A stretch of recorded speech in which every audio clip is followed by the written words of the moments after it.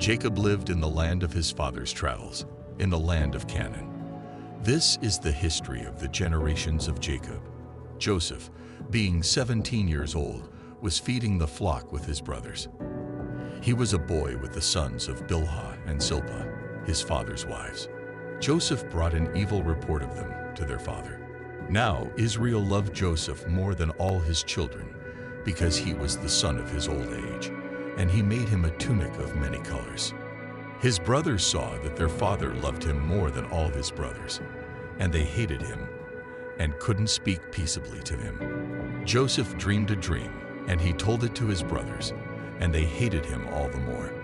He said to them, "Please hear this dream which I have dreamed.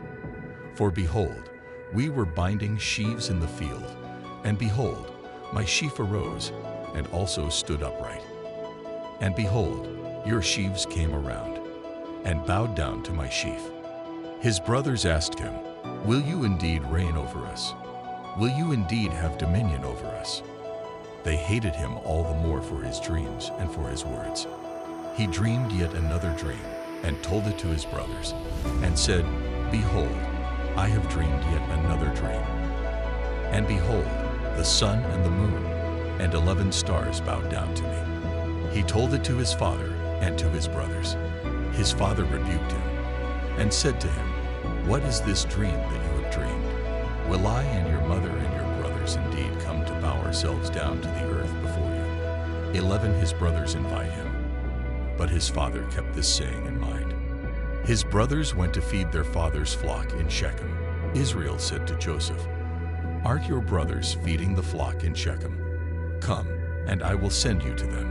He said to him, "Here I am." He said to him, "Go now, see whether it is well with your brothers, and well with the flock, and bring me word again." So he sent him out of the valley of Hebron, and he came to Shechem. A certain man found him, and behold, he was wandering in the field. The man asked him, "What are you looking for?" He said, "I am looking for my brothers.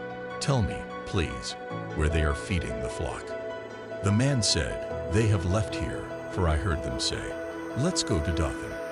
Joseph went after his brothers and found them in Dothan. They saw him afar off, and before he came near to them, they conspired against him to kill him. They said to one another, "Behold, this dreamer comes. Come now therefore, and let's kill him, and cast him into one of the pits, and we will say, 'An evil animal has devoured him.' We will see what will become of his dreams." Reuben heard it, and delivered him out of their hand, and said, "Let's not take his life." Reuben said to them, "Shed no blood. Throw him into this pit that is in the wilderness, but lay no hand on him, that he might deliver him out of their hand, to restore him to his father." When Joseph came to his brothers, they stripped Joseph of his tunic, the tunic of many colors that was on him, and they took him and threw him into the pit. The pit was empty. There was no water in it. They sat down to eat bread, and they lifted up their eyes and looked, and saw a caravan of Ishmaelites was coming from Gilead, with their camels bearing spices and balm and myrrh, going to carry it down to Egypt. Judah said to his brothers, "What profit is it if we kill our brother and conceal his blood? Come, and let's sell him to the Ishmaelites, and not let our hand be on him. For he is our brother, our flesh." His brothers listened to him. Midianites who were merchants passed by, and they drew and lifted up Joseph out of the pit, and sold Joseph to the Ishmaelites for 20 pieces of silver. The merchants brought Joseph into Egypt.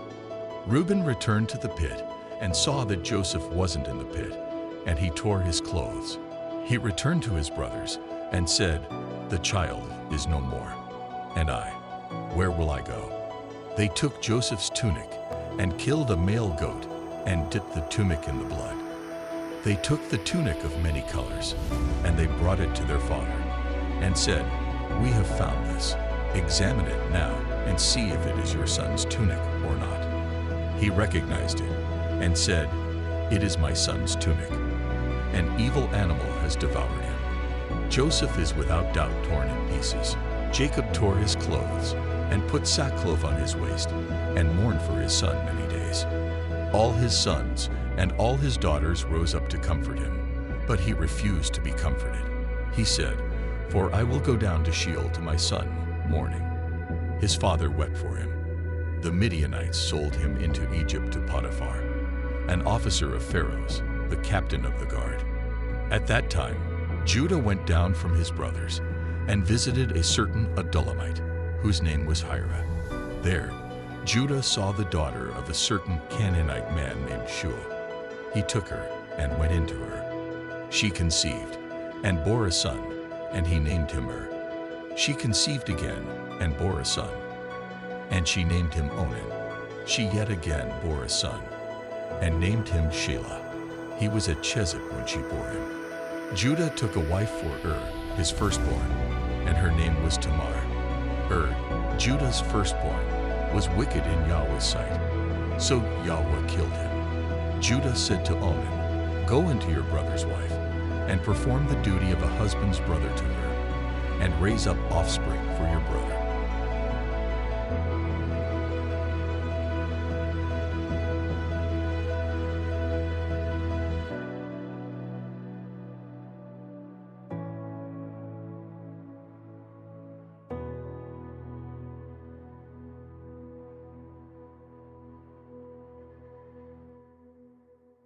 The thing which he did was evil in Yahweh's sight, and he killed him also.